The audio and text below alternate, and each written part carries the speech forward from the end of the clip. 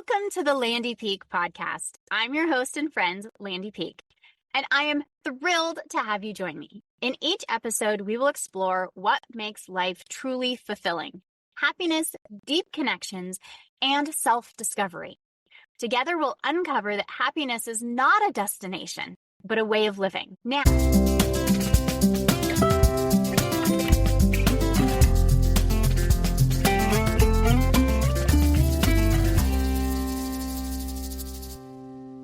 this is the season of life where pushing through stops working and your body starts calling the shots. Welcome to the Landy Peek podcast, the place where strong women come to stop performing "I'm fine" and start leading from what's real. I'm Landy Peek, a women's health occupational therapist, somatic trauma specialist, and mentor for women who carry too much and know there has to be another way. Today, I'm joined by Katie Redding, a functional health practitioner and certified midlife specialist.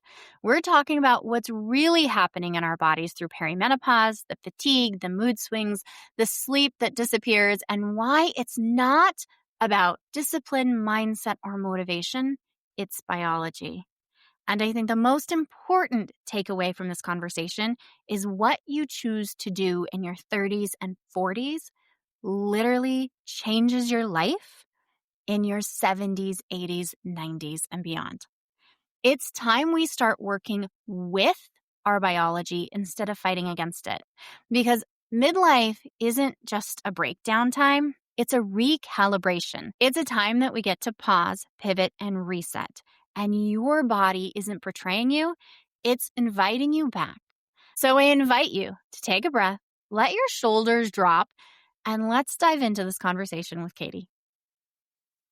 I'm so excited to welcome Katie Redding to the Landy Peek podcast.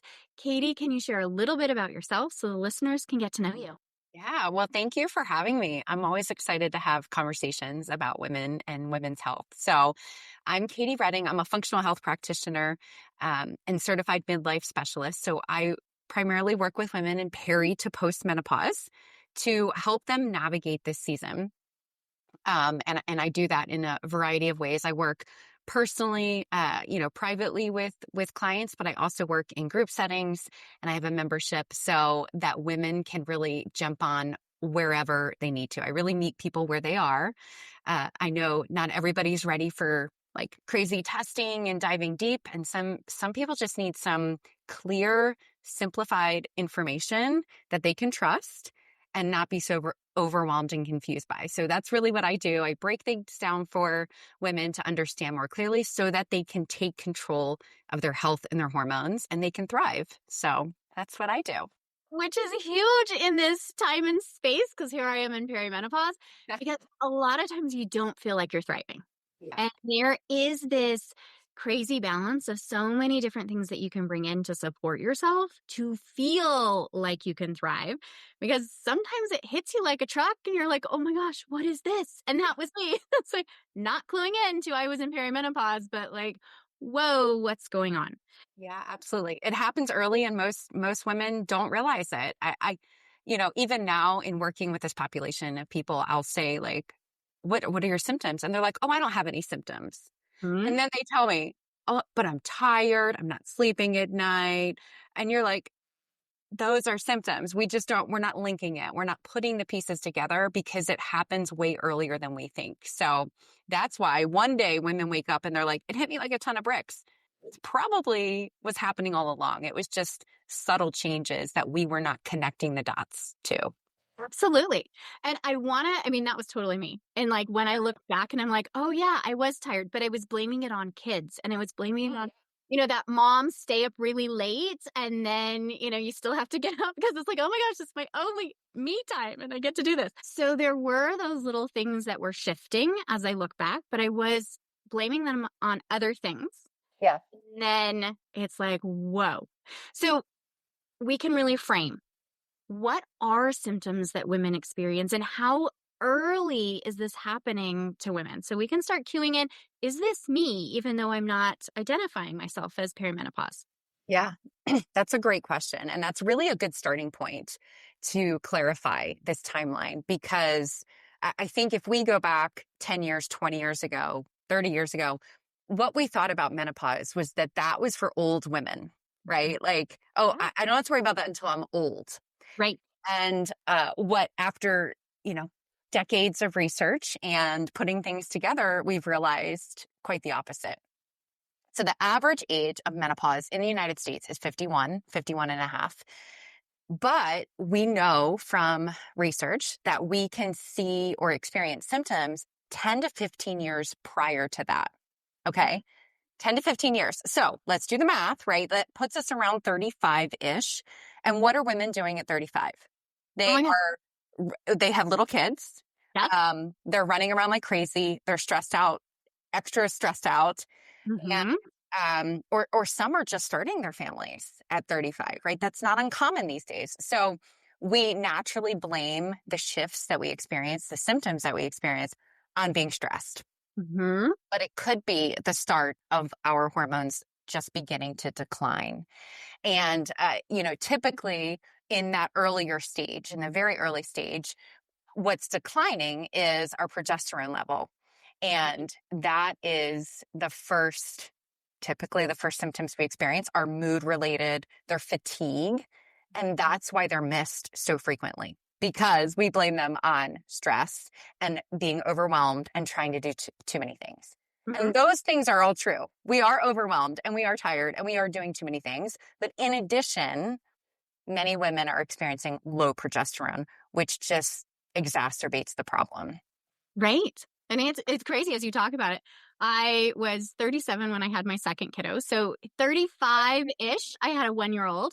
Because I had my first kiddo at 34. 37 was my second kiddo. And then it just felt like whoosh from there on. But I wasn't queuing into perimenopause. I was like, oh my gosh, postpartum just sucks with this second kiddo. And it's really rough and it's lasting forever. Yeah.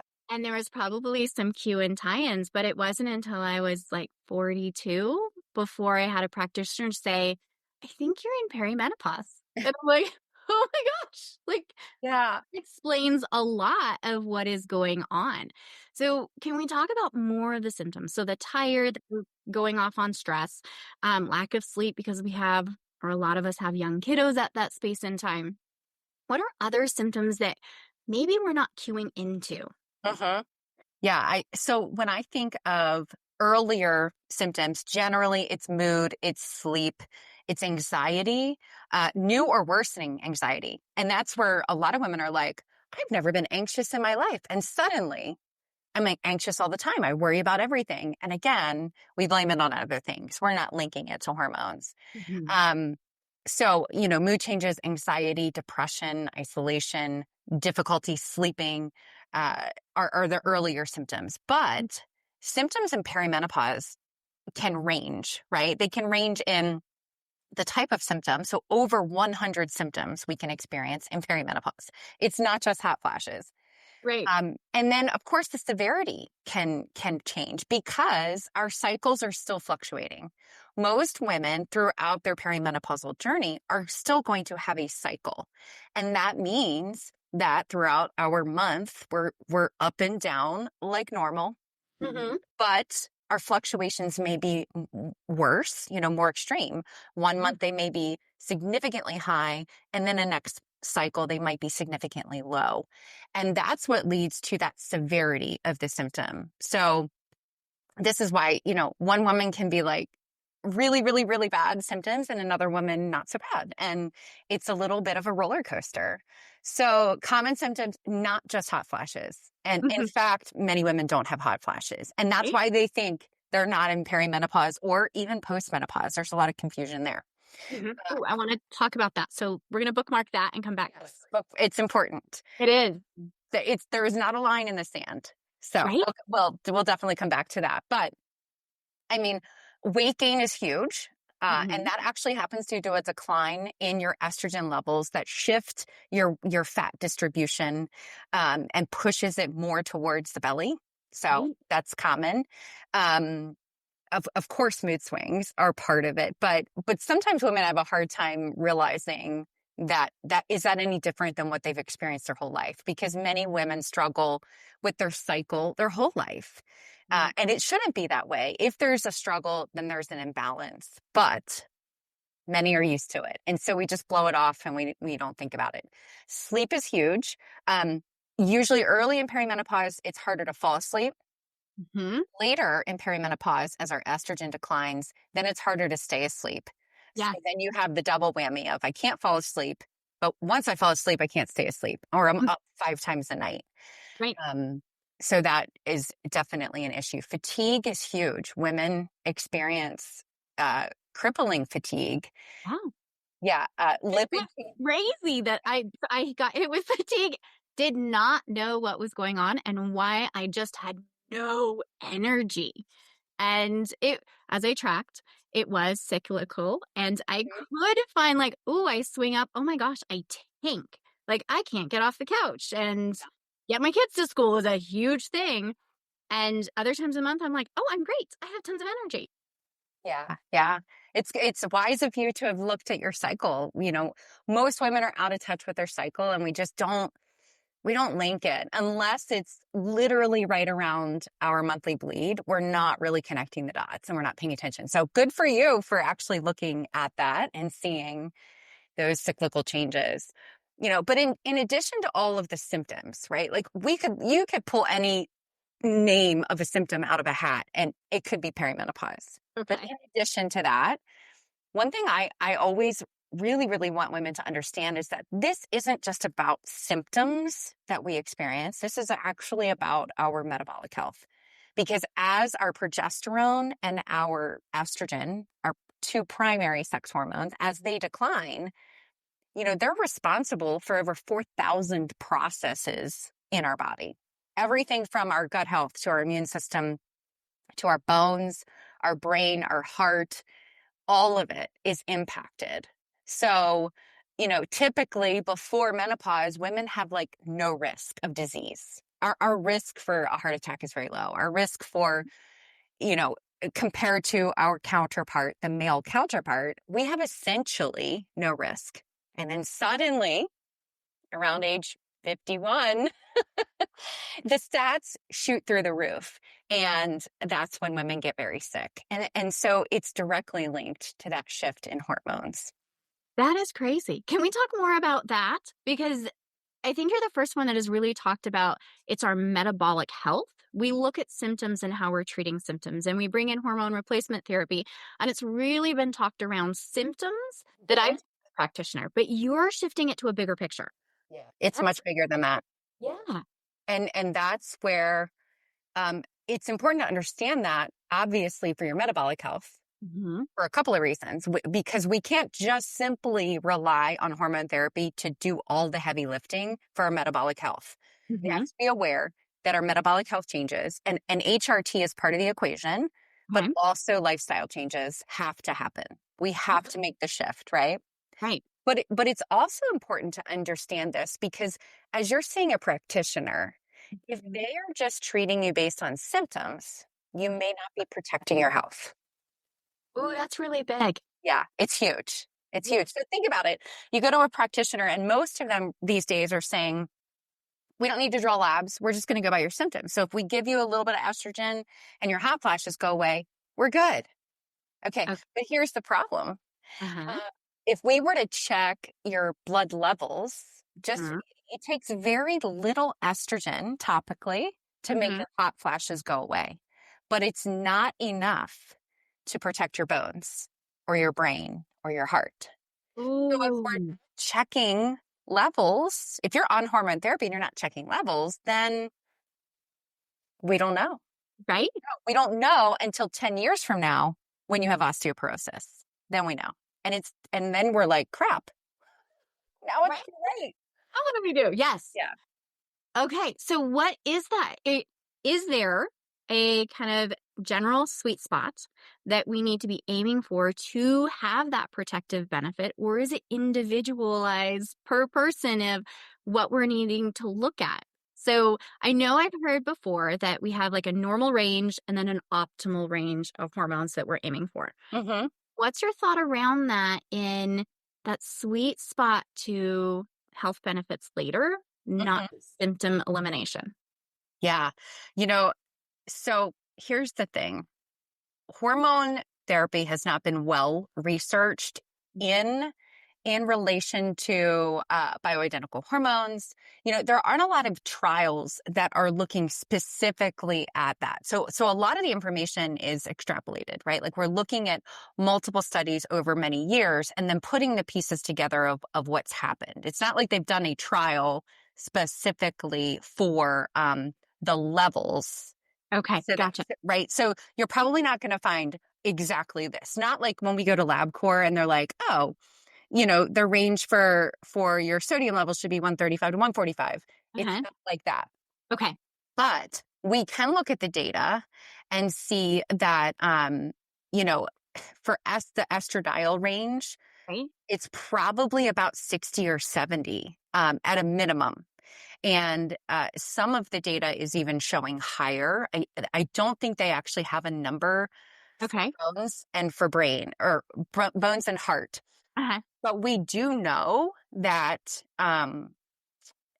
we know when we show up later in life and we have disease. So that's what, as this is playing out, and part of the problem is that we've had such a large gap in hormone therapy because of, I don't know if you're familiar with, but the study, the WHI study, the Women's Health Initiative study in the early 2000s that really changed women's view and doctors' views on hormone therapy. And it scared everybody. They thought it was dangerous and it gave you cancer and it gave you blood clots and heart attacks and stroke.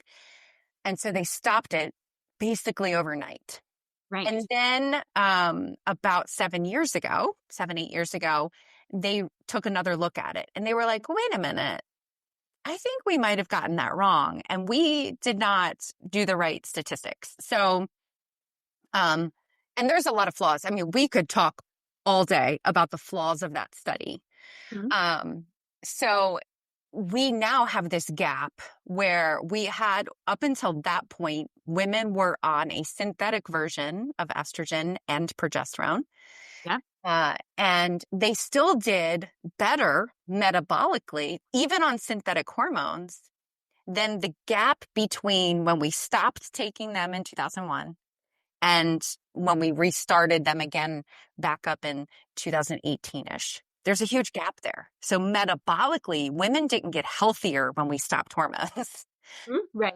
Even though they were synthetic, even though they were not like the best of the best, they still protected us.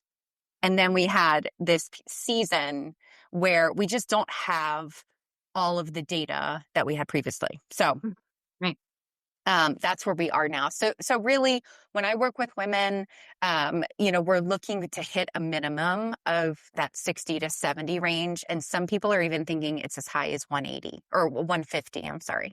Wow. So, it's important to be checking it, especially post-menopausal women.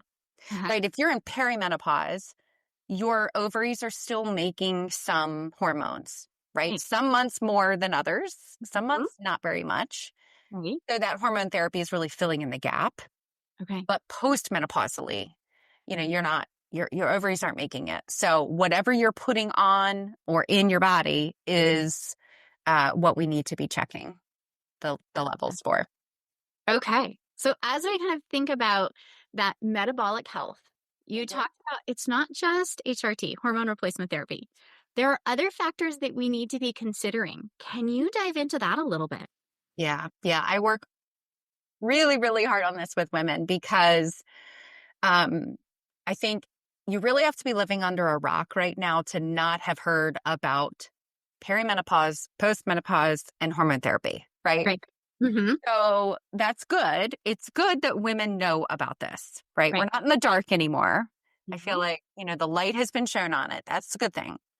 But now what I see, the shift that has happened is women are just showing up at the doctor wanting to push the easy button. Yes. The hormones, right? Yeah. Where's the easy button? Easy button. Good. And then I don't have to think about it again. Right. That's great. And then what happens is this. They go on the hormone therapy and maybe they feel better for a few weeks or a couple of months. Right. And then they're like, it's not working anymore. And maybe the doctor checks the levels and the levels are fine. Or maybe they don't because they're only going by symptoms and they increase the dose and they make shifts. And once again, they feel better and then they don't anymore. But when we step back and we take a look at their lifestyle choices, and they're not making wise choices with their movement, their intake, their nutrition, their sleep, their stress management, when they're not focusing on those four, I call them the four pillars, then they're not going to get the results, because the body doesn't work separately, right? It all works together. Mm-hmm. So if you're going to eat crap, then your metabolic health is going to continue to decline no matter what happens with your hormones. Okay. Right? Yeah. Right. So we really have to have a conversation around, what are the midlife strategies that women can put into practice and actually see results? Because I think that's part of the problem. When we, for years, for decades, women try to fix things for ourselves, right? When you gain weight, what do you do as a woman? We find a diet, or we, switch up the nutrition, or we change to organic, or we do something, right? We go to the internet, we do some research, and then we come back and do it. Absolutely. So we're really good at doing that. But over the years, especially as your hormones decline and your old strategies don't work anymore, it gets really frustrating. It does. Yeah. Right? It gets exhausting. And then you're like, I'm trying all the things, and all the things aren't working. And so now I have no more energy. I'm not doing any more things. Yeah. Yeah. I work with an age span of women, 35 to 80. So I hear it all. And I think just women get exhausted after trying for so long on their own, usually doing things that are not actually going to help them. But somebody told them, their girlfriend, it worked for her. So yes, where you see it on Instagram, or you see this, do fasting, don't do fasting. There's so many different points of view on the same thing of this is amazing for perimenopause and this is going to tank your system. And so you're just guessing the entire way. Yeah. And going to Dr. Google and seeing if we can figure it out and creating a plan. And then it's like, oh, well, that's overwhelming. And I don't really want to give up whatever it is. And so we just keep on this little hamster wheel of frustration. It is a hamster wheel. And you also show up feeling like I am doing everything, right? Like I'm doing it all. And it's not working. And chances are you are doing a lot of great things, but sometimes based on your physiology and your genetics and your family history and your, microbiome, what works for one person may not work for you. And that's what's missing. Like women don't realize how far ahead they can get if they work with somebody who knows how to help them to look at that bigger picture. Because, fasting is a great example. Fasting could be great for someone. It depends. If we try to do fasting in someone who is really metabolically unstable, that could backfire. If you've got very severe untreated thyroid disease, going for long fasts is going to potentially make that worse, right? Right. So, but women don't know that because they don't know that bigger picture. And even doctors don't. And that's not necessarily their fault. And it's not that they don't know it. They don't have the time to be able to sit with you for hours and go through all of these things, right? You've got 10 minutes with your doctor. Right. 10 minutes. So, unfortunately, we as women need to take this on ourselves, and we need to be responsible for our health, and we need to get connected with people and resources that can guide us versus constantly doing the Google search and guessing and, well, I'll take this supplement. Oh no, I'm not going to take that supplement. Let me take another supplement. Let me take 10 supplements. And, I can't tell you how many women show up to me taking 20 supplements, and they just, one at a time, they were like, oh, my friend told me about that one. I heard about that one on the internet. Oh, Dr. Hyman said I should take that, Yes, exactly. We have no idea why we're taking it. We don't know if they're working. It's too much, not enough. If it's, most of the time, if the quality is good, we don't know. So All of these things are really important if we really want to be in control. There's just a lot of things to consider. And we try as a society to break it down really simply. And that it's not always that simple. So I really appreciate you saying that, because we do have that thought process of let's make this simple, but we're not simple beings. And there's so many different factors coming in. You talked about you have 4 pillars that are really important that you're looking at. Can you talk about and touch on each of those 4 pillars so that, and I want to go back to that bookmark. So if you can yes. read that in, going in kind of that perimenopause, menopause, postmenopausal, so we understand kind of where that kind of fits in the time. Yeah, absolutely. Okay, so let's go over the pillars. Okay. I use the MISS acronym. People use different acronyms to try and remember it, but MISS, or movement, intake, sleep, and stress management. Okay, they're really like the foundation of health. And I've actually been coaching women long before I worked with peri and postmenopausal women. I've been working with men and women on their metabolic health for 15 years as a health coach. So I've drilled these 4 principles into a lot of people's heads.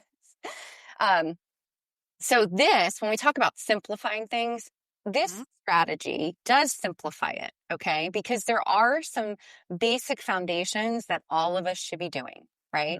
So when we look at movement, the basics, the foundation of movement is moving your body regularly, right? So whether that's 7,500 steps a day, that's where you're starting.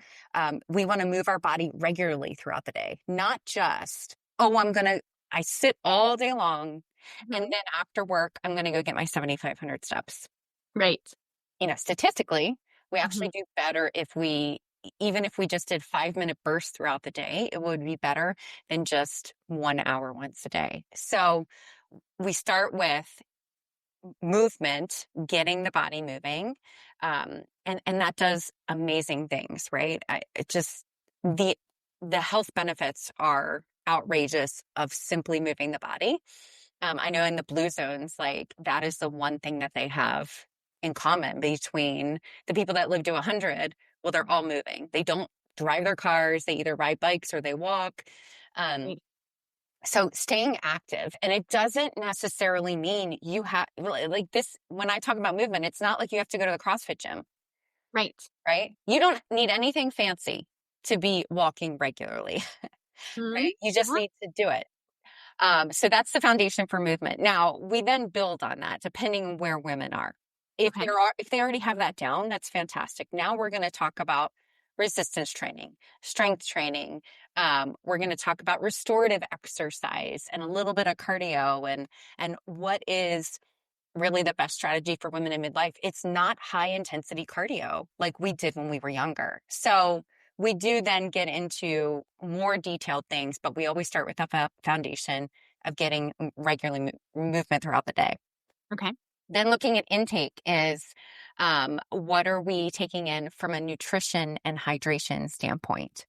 That is important. And we try all kinds of fad diets, and we try, carnivore, keto, let's do fasting, let's do all these things. But let's take it down to the foundation, and we need to focus on the basics that give our body life and the building blocks to do all the things that we're asking it to do. And that comes down to protein. So getting enough protein in our diet. I always start women at a minimum of 100 grams of protein per day. Okay. And then the goal is essentially their ideal body weight in protein. So that could be a lot for women. Yeah. And then we focus on fiber and healthy fats. And it helps you take away the diet mentality of like counting calories and counting carbohydrates and counting all of these things. We don't need to count. We do need to make sure we're getting that protein in. And then the others that we're layering it on in a meal plan or, our plate. And that's what's providing us with the building blocks for what we need to make hormones, to detoxify the hormones, and all the other things that we need for our body. And then, of course, hydration with good clean water and some electrolytes to hydrate the body and be able to flush things out. Okay. So the two S's, we have sleep and stress management. So sleep is a foundational pillar. If we don't do it, our whole entire circadian rhythm is going to be off, and our hormones are tied to our circadian rhythm. We as humans were built for rhythms. And when we stay up super late, we get up super early, or we're so exhausted because we're not getting the hours of sleep and rest that we need, our body doesn't have time to repair, and we get out of balance. We can actually mess up our hormones by not having a good sleep wake cycle and good rest period. So we do focus on that a lot. And then, of course, stress management. Mm-hmm. And that sleep and circadian rhythm and our stress is all tied together as well, because it's all connected to the HPA axis. I'm sure you've heard of that, right? The hypothalamic pituitary axis, Right. which is our stress cycle. So it gets harder and harder to manage stress as we get older due to a variety of factors. But our hormones, as they decline, we have a harder time with stress resiliency. Right. But as women, we continue. If we think of our stress as like we have a bucket, as women, we continue to put the same amount of stressors in that we did when we were 20. Yes. But we have a lesser ability to be able to handle it due to hormones, due to age, due to seasons. And so that's where so many women show up in life and they're like, I just can't handle it all. Yeah. And I say, you're right, you can't. We have to start talking about what can we take out of the bucket or prevent it from coming in, right? So it can be about what goes in or doesn't go in anymore, or what we have to take out. And sometimes we have to do both. Sometimes we have to set the boundaries up so no more comes in. And we Right. also have to take things off our plate. And that can be really hard. I find women they're good with implementing exercise, and they're good with diet, and they're good with, sure, I'll go to bed at 10 o'clock. But when it comes to stress management, that is tough. So hard. And it's hard because we're having to say no. Yeah. And have the obligation and the shame and the guilt of we can't do it anymore the way that we could do it. And there's so much tied to that stress management that is huge. And we're used to running on overload. Yeah. So, like for me, rest and giving myself permission to rest felt really wrong. And like, I can just like, I need to be doing something that has something that I can show for it. Sitting and reading a book that's not like something related to work that I can then check, I learned something, is not okay. And I had to really work with my system to be okay in that rest space, to be okay doing other things that didn't necessarily have something that I could check off. Yeah. Yeah. That's you. Welcome. Right? I'm right here with you. Yeah, it's my own experience and journey. And wow, I have to really figure out who I am, what I'm okay with, and giving myself permission to do things differently because this is a different space of life. And you came on the podcast with The Village, and one of the things you said stood out so deeply for me is that this season really is a pause. Yeah. And that as women, we need to allow ourselves that pause. I'm going to tear up as I said it. But when you said it, I'm like, oh, this is the permission that I needed to be doing the things that I'm already doing, but secretly feeling like, oh, should I, is this okay? No, this is a pause. And this is a big shift. And we are going to have to recreate life in a different way. Yeah. Yeah. We're going into our next, it's kind of hard to believe. I think, I'm in my mid 40s and you're like, wait, how did I end up here? I'm not really in midlife. This isn't midlife yet. Right? It is. It is, but I don't resonate with the word midlife, but this is midlife space time. And I was anticipating, midlife as I hit 50, and then I think about menopause. Yeah. But thinking about it in my 40s, I'm not feeling changes and shifts and showing up in a different way in my 40s. No, I had 50s in my head. Oh yeah, we have that exactly. But we are looking at the second half of our life. What is life expectancy? 79, 80, right? So really 40 is over the hill. I remember that from when I was a kid, right? Like, oh, you're over the hill at 40. And we don't do that anymore. We don't talk about that because, like, I don't know, like We're in our 40s and over the hill. yeah. But if we don't pause, really figure out like what no longer serves us anymore, right? So many things were great for us in our 20s and 30s. Right. It's how we survived. It is how we got stuff done. It's how we took care of our kids and built our careers and did all like, yes. And God gave us the hormones and the resiliency to be able to do that. Right.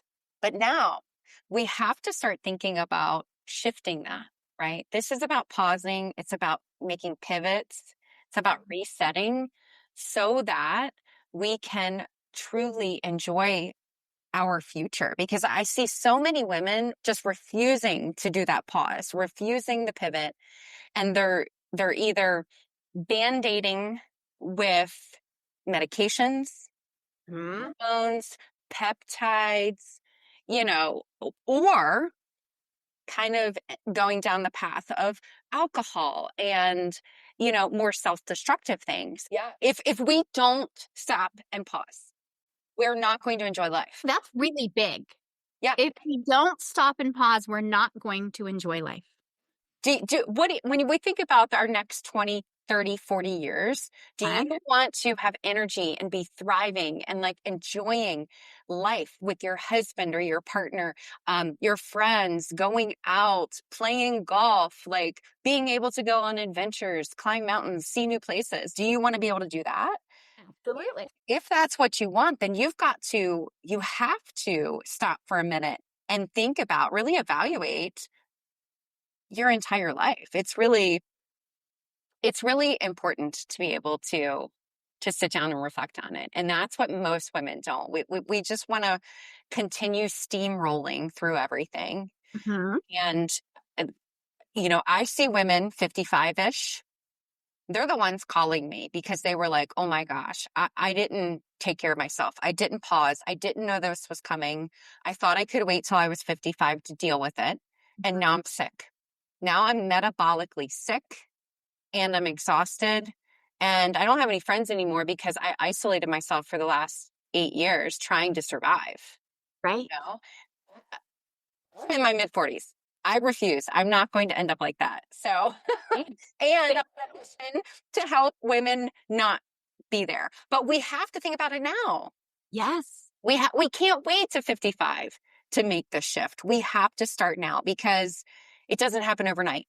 It happens with small baby steps and small pivots along the way and starting to say no to more things that don't serve us and saying yes to things that give us life and joy. Yeah. Or we're going to end up at 55 miserable and metabolically unhealthy. Wow. I really hope that people hear that message because and I wish somebody had clued me in earlier where I wasn't going, oh my gosh, like my life is falling apart and like, all of these symptoms that were coming in, that someone had cued me in that sleep that you're not getting, that you're waking up in the middle of the night, that you're blaming on the dogs and the kids and whatever else. And the fatigue is not just because you're a mom of young kids.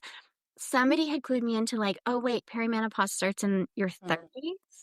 Yeah. So let's start doing something about that now. Let's stop doing exercise and, diets and things that you have typically done and start looking at how to do things differently that really support your metabolic health instead of just the push through.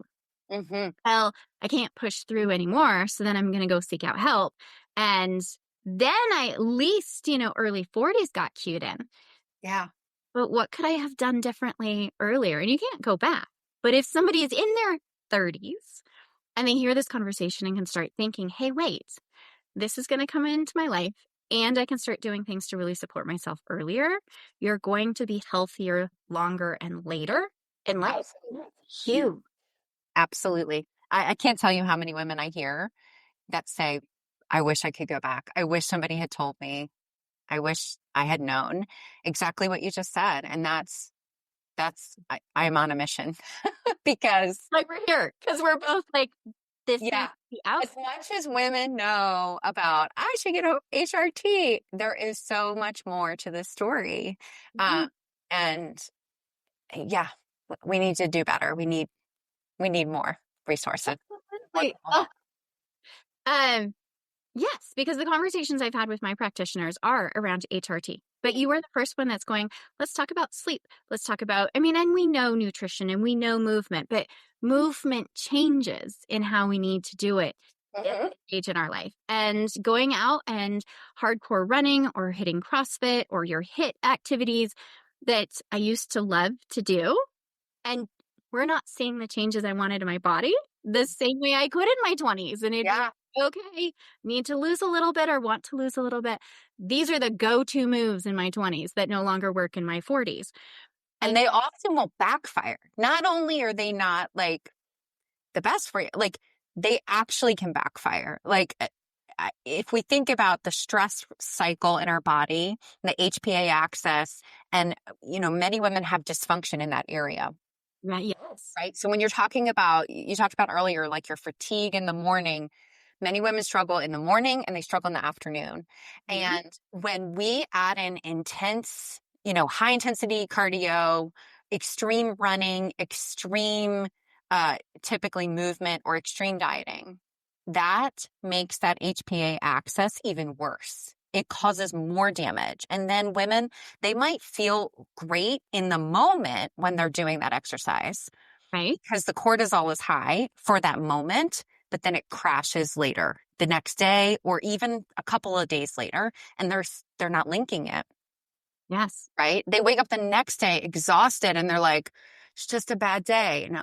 No, you overdid it. It wasn't, your body is not resilient enough for that. And so it's just a good example of there are a lot of things that we think we're doing good for our body. Because we don't understand the bigger picture, they may be backfiring. Oh, my goodness. You are such a wealth of information. Thank you so much for this conversation, Katie. As we're coming to a close, are there any last parting words, ideas, thoughts that you really want the listener to hear? Yes. I want to go back to the bookmark really quickly. Thank you. Because I didn't want to miss it. So 51, right? 51 is the average age of menopause. Now that means you could technically hit menopause at 45 or 65, right? Because that's how averages work, right? But average age is 51. And just like the early perimenopausal women, we need to reach them and grab them by the shoulders and say, think about this early, make changes early, take the pause, reflect, pivot.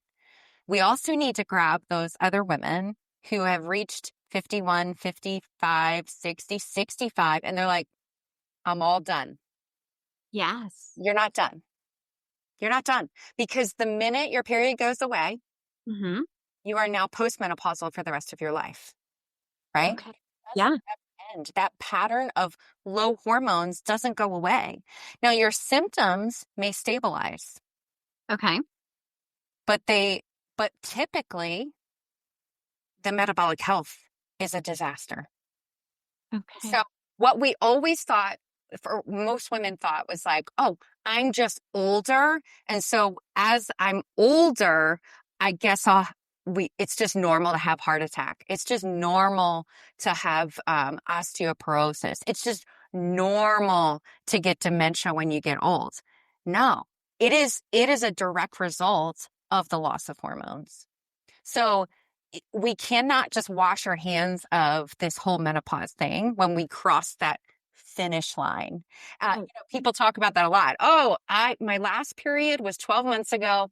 I'm done, because that's technically right. Your date of menopause. Yes. 12 consecutive months without a period. So each period you get to start that clock back over again. But 12 consecutive months without a period is technically what puts you in the postmenopausal category. So menopause in and of itself is one day. Right. It's that day you've reached 12 months. but Mm-hmm. we cannot wash our hands of our health because we now don't get a period, Right. right? Yeah. Because, we, we, all of the things that we die from, that women die from, we have a high rate of women dying from hip fractures and the result of the consequences of that, right? The surgical, the debilitation that happens from it. It's more than 50% of women are going to break a hip. And statistically, within 12 months, will suffer significant damage, even death. Okay. Now, obviously, if you're 60, that's probably not going to happen. But generally, once you get past the age of 70, it's a really, really, really high risk. That Wow. can be prevented. We can prevent that. So Okay. it's not just about getting older. This is about hormones and the metabolic health. The same is true for genitourinary syndrome of menopause, right? The frequent UTIs. Yes. Uh, we could we could save like 50% of women from just vaginal estrogen. Mm-hmm. So the diseases that we die of, women die from urosepsis, hip fractures, dementia, and Okay. all of them can be prevented. But if women at 51 go, I'm all done, Hmm. don't want to think about it again, they're going to be the ones in the nursing home with the hip fractures, the urosepsis, the incontinence, the all of that. It's coming. Right. So I don't want to leave them out because we talk a lot about perimenopause, but I see the other side of it too. And you're not done. We're not done just because we are done with our period. Right. Oh, my goodness, Katie, this is such an incredible conversation. I know people want to connect with you. Can you share how people can continue this conversation with you? Absolutely. I have a ton of resources.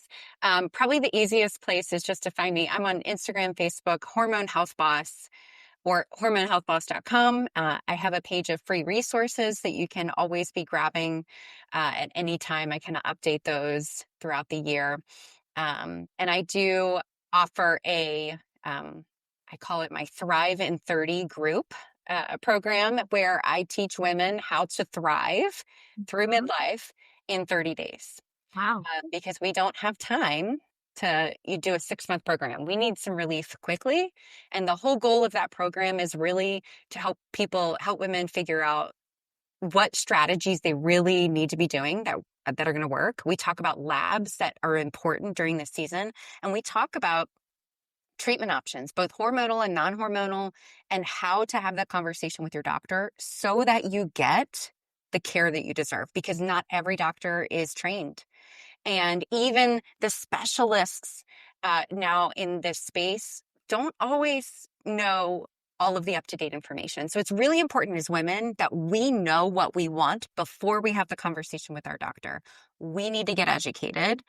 We need to know these really, really important things, because then we can partner with our doctor and actually get the care that gets us the results and prevents that long-term disease from setting in. So I have that, my Thrive in 30 program is a digital course, or you can join this in the month of October.